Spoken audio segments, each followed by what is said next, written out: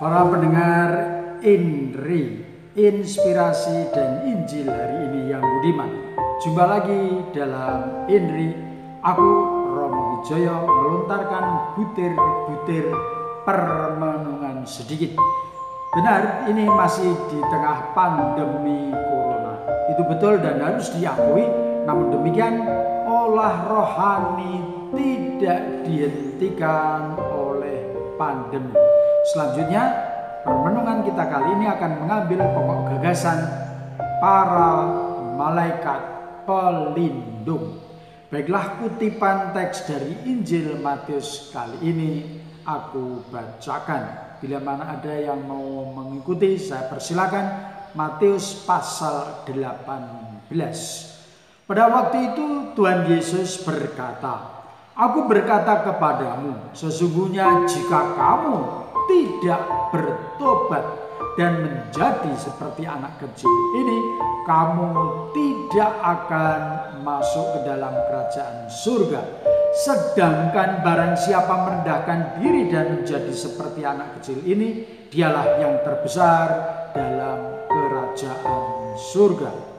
Tetapi barang siapa menyesatkan salah satu dari anak-anak kecil ini yang percaya kepadaku, lebih baik baginya jika sebuah batu kilangan diikatkan pada lehernya dan kemudian ia dicampakkan ke dalam laut. Dan jika matamu menyesatkan engkau, cungkilah dan buanglah itu, karena lebih baik bagimu masuk ke dalam hidup dengan bermata satu daripada dicampakkan ke dalam api neraka dengan bermata dua. Ingatlah, jangan menganggap rendah seorang dari anak-anak kecil ini, karena aku berkata kepadamu, ada malaikat mereka di surga yang selalu memandang wajah Bapakku yang di surga." Demikianlah Injil Tuhan.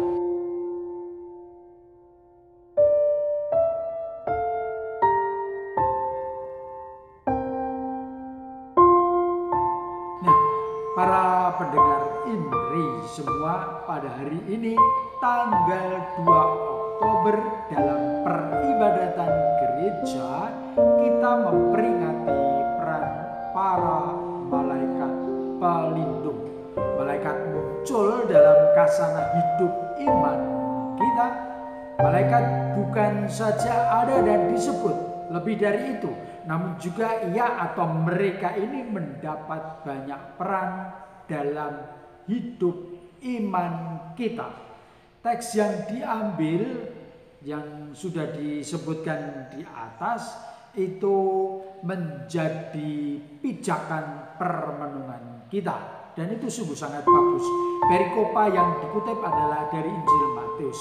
Mari kita perhatikan teks tersebut dalam konteksnya, yaitu dalam pengajaran Tuhan Yesus yang dimunculkan di dalamnya. Dikatakan demikian, "Tetapi barang siapa menyesatkan salah satu dari anak-anak kecil ini yang percaya kepadaku, lebih baik baginya jika sebuah batu kilangan diikatkan pada lehernya." Perhatikan ajakan yang diserukan dalam teks kitab suci ini masuk dalam kumpulan aneka pengajaran Tuhan Yesus.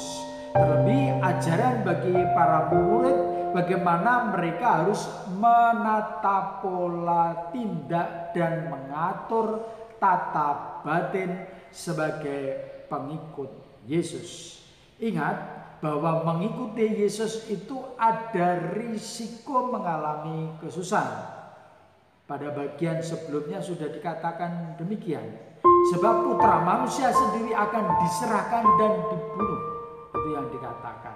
Untuk apa? Untuk menjadi penebus. Selanjutnya menyusul pengajaran mengenai kewajiban membayar pajak untuk masuk ke dalam rumah ibadat atau bait Allah. Nah, kemudian menyusullah teks yang tadi sudah dibacakan.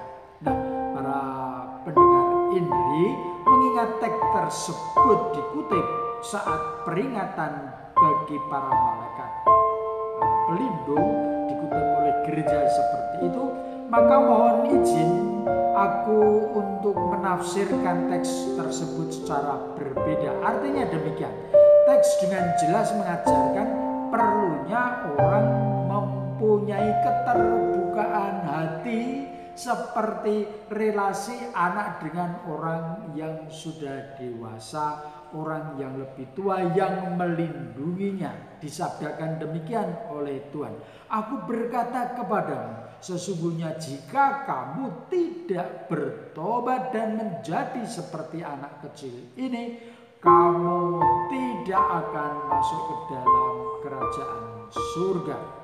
Kemudian disusul ayat 4, sedangkan barang siapa merendahkan diri dan menjadi seperti anak kecil ini, dialah yang terbesar dalam kerajaan surga. Itulah tata batin yang mesti kita miliki. Nah, lebih lanjut berkaitan dengan malaikat pelindung, aku menambahkan satu hal saja berkaitan dengan hal ini, yaitu dari pengajaran gereja. Katekismus Gereja Katolik mengajarkan demikian, bahwa ada makhluk rohani tanpa badan yang oleh kitab suci biasanya dinamakan malaikat. Nah, itu adalah suatu kebenaran iman, kesaksian kitab suci dan tradisi yang hidup dalam gereja tentang itu bersifat sama. Kalau gereja menyebut malaikat, itu pertama-tama yang dituju adalah jabatan dan bukan kodrat. Sekali lagi, yang dituju adalah jabatan. Kalau engkau menanyakan kodratnya, maka ia adalah roh. Malaikat adalah roh. Kalau engkau menanyakan jabatannya, maka ia adalah malaikat. Nah, semoga jelas. Menurut seluruh keadaannya, malaikat adalah pelayan dan pesuruh Allah, karena mereka dikatakan oleh kitab suci selalu memandang wajah Allah Bapa yang di surga. Matius pasal 18. Bahkan lebih dari itu, mereka melaksanakan firman Allah dengan mendengarkan suara firman Allah. Itu sudah dikatakan dalam Mazmur pasal 103. Nah, pribadi yang sedemikian unggul dan bermutu itu membantu kita manusia mengabdi Tuhan Allah. Jadi hidup manusia sebagai insan beriman itu sungguh terjamin. Ada yang melindungi, ada yang menuntun. Maka kalau kenyataan iman ini boleh aku ungkapkan dengan kata-kataku sendiri, itu kira-kira demikian. Dari pihak Tuhan Allah dikehendaki bahwa hidup manusia itu terlindungi dan dipastikan bahwa langkah hidupnya itu menuju kepada keselamatan. Mengapa demikian? Karena wajah para malaikat pelindung itu selalu tertuju kepada wajah Allah Bapa di surga. Jadi para pendengar Indri, sedemikian tertib dan terencana karya Allah bagi hidup kita. Maka dari paparan itu semua ada pesan iman yang kemudian pantas kita hidupi dan menjadi inspirasi. Itu yang lebih penting, menjadi inspirasi bagi hidup iman kita di saat ini. Apa itu? Kalau boleh aku ringkas dalam 3T. 3T. Apa artinya? T yang pertama itu terencana. Yang kedua T adalah tekun dijalankan. Dan akhirnya yang ketiga T adalah terus menerus, artinya tidak hanya satu atau dua kali hal itu dilakukan, tapi terus berulang dan diulang agar menjadi habitus bagiku. Oleh karena itu ada keteraturan. Demikian para pendengar Indri semua, bersamaan dengan peringatan malaikat pelindung, kita mendapatkan inspirasi hidup dalam beriman, yaitu beriman dengan menerapkan 3T. Terencana, tekun, terus-menerus menjalankan. Ada keteraturan dalam hidup beriman. Nah, sampai di sini dulu. Selamat berjuang. Tuhan Yesus memberkati.